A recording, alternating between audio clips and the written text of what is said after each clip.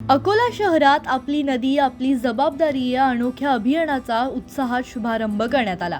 भाजपच्या 46व्या वर्धापन दिनानिमित्त सुरू करण्यात आलेल्या या उपक्रमातून पर्यावरण संवर्धनाचा ठोस संदेश देण्यात येत आहे।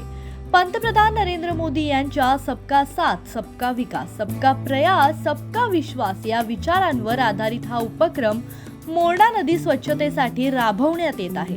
या अभियानांतर्गत मोरणा नदीतील जलकुंभी काढून नदी स्वच्छ करण्याचे मोठे काम हाती घेण्यात आले असून या उपक्रमाचा शुभारंभ आमदार रणधीर सावरकर यांच्या हस्ते करण्यात आला। आजपासून सुरू झालेले हे अभियान 12 एप्रिल पर्यंत चालणार असून नदी जलकुंभी मुक्त करण्याचा निर्धार यावेळी व्यक्त करण्यात आलाय। या उपक्रमात नागरिकांचा मोठा सहभाग दिसून येतोय। अकोला शहरासाठी हा एक आदर्श ठरणार असल्याचा विश्वास व्यक्त केला जातोय।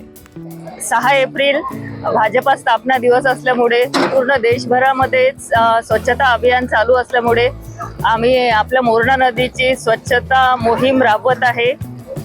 12 तारखेपर्यंत ही स्वच्छता मोहीम चालू राहणार।